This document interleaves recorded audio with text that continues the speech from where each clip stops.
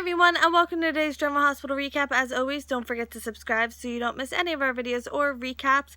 I have tallied up the vote for last week's Character of the Week, and the winner is Carly and Sunny as a couple for their tough decision when it comes to Morgan. And honorable mention is Morgan for what he went through last week, and just Brian Craig for being absolutely amazing. So let's get to today's recap. At the hospital, Tracy wants to leave. She wants nothing to do with it anymore, but Monica, Dr. Mays, and Griffin come in. Monica allows Griffin to listen in on the results, and Tracy's acting out. Monica's like, look, this is how you act when you're nervous. And the doctors tell Tracy, or Dr. Mays tells Tracy there's multiple lesions, which could be multiple tumors.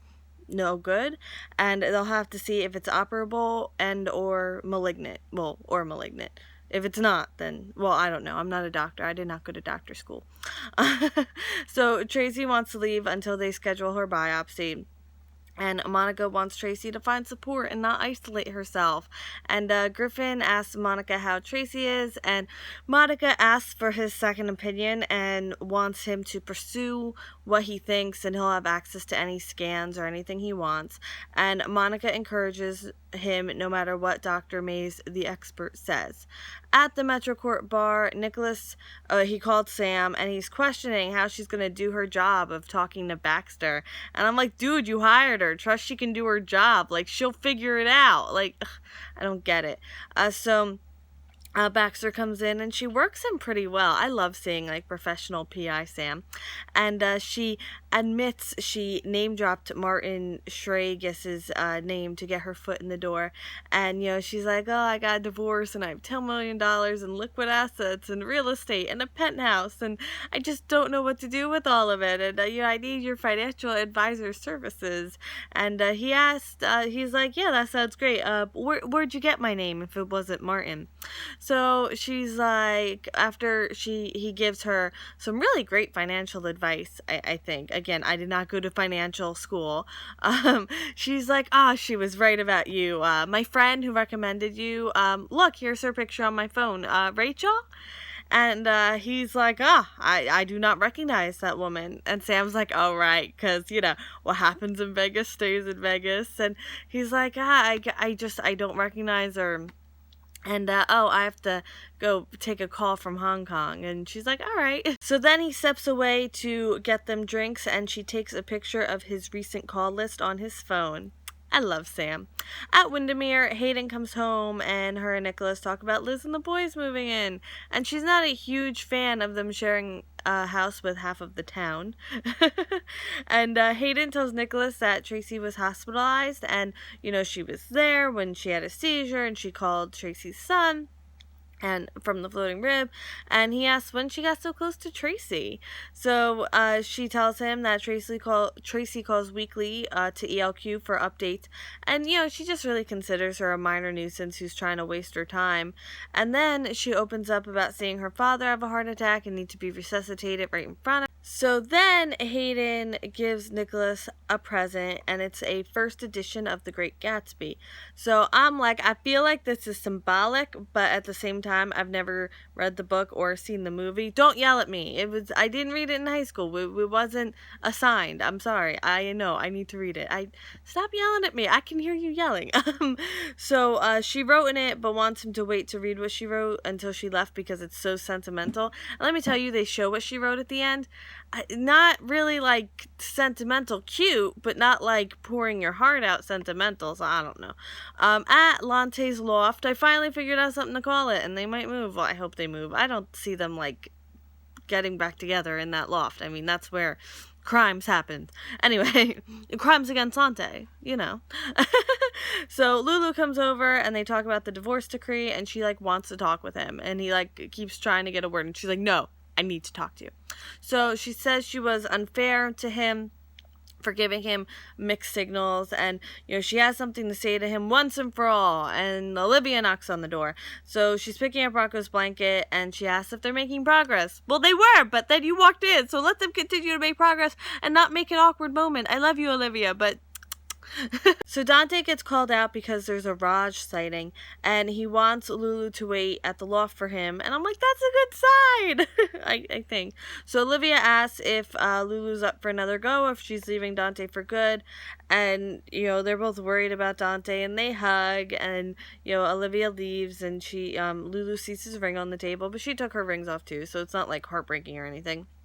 So Dante's back, it's a false alarm, and Lulu runs up to him and kisses him. And I'm like, yes, this is very good news. Like, I don't have to be an expert in anything to know this is good.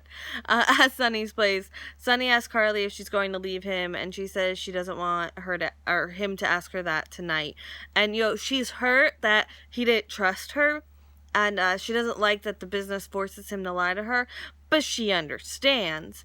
But she's angry with herself for looking the other way and just enjoying the power, even knowing, like, what comes with it.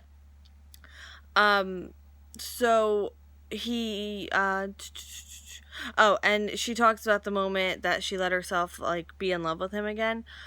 So she's not leaving him. It'd be pointless because they just wind up together and hurt some more people in between. But she's afraid of the next bullet taking his life or the life of somebody they love. And he feels that him being in Port Charles stops the real threats from taking over.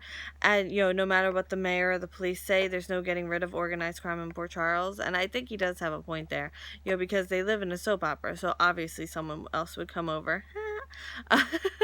But even so, like, obviously it's a popular town for, people who want to do illegal activities.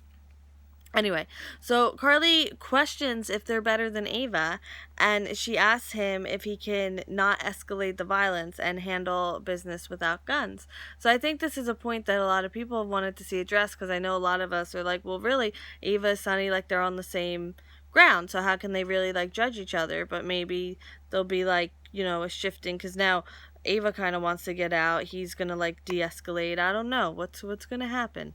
Only good stuff for Avery. And now end scene. Woo! So Tracy accuses Monica of wanting her to be terminal, which is intense and a little harsh. Even for Tracy, that's, like, harsh. And Monica says that she's dealt with her for over 35 years, and she's going to oversee her treatment whether she wants her to or not. And and Griffin kind of watches this whole scene happen, and Tracy's like, what are you looking at? So this is what Hayden wrote in the book. To my Gatsby, love always, your Daisy. Again, not, like, the most sentimental thing in the world. But anyway, so I know very few things about The Great Gatsby. And I mean, like, very few. Like, literally 2 names and maybe one scene. That might be the whole climax of the book. I don't know. But I know the story didn't end well. Like, from what I've read. Maybe it did end well, but I don't think it did. So please, someone who read it or saw the movie, get crazy and write me an essay on symbolism in the comments. I would very appreciate it. Like, I don't even care about spoilers. The book's, like, it's a very old book. Like, spoilers don't count anymore. And then he thinks about when they agreed to get married. But, like, I feel like there's major symbolism there, and it really annoys me that I'm missing it, because I love symbolism. So, yeah, even if it's not, like, an essay. Yes, I need 5 paragraphs, a thesis, I need all of it. Anyway, so Hayden sees Sam meeting with Baxter, and she's nervous, to say the least. Lulu heard what Dante said to Laura in the hospital, about the divorce not mattering and that they love each other, and she feels the same way, and she wants them to have a chance, and he wants that too, and they're gonna try again, and I'm so happy. I feel like my marriage just got back together, and I've never even been married. So Sunny says he'll do what he can to not escalate the violence, and they just love each other so much. And you know what, personally, I think Sunny and Carly are gonna make it this time for the long haul, because they're not turning against each other in time of crisis. They're like, they're leaning on each other, which I think is much different than the past incarnations of Sunny and Carly. So that's my thoughts on it. Thank you so much for watching today's video. If you liked it, please give it a thumbs up. It would mean so much. And I will see you tomorrow for more Drama Hospital. I hope you have a great day. Bye.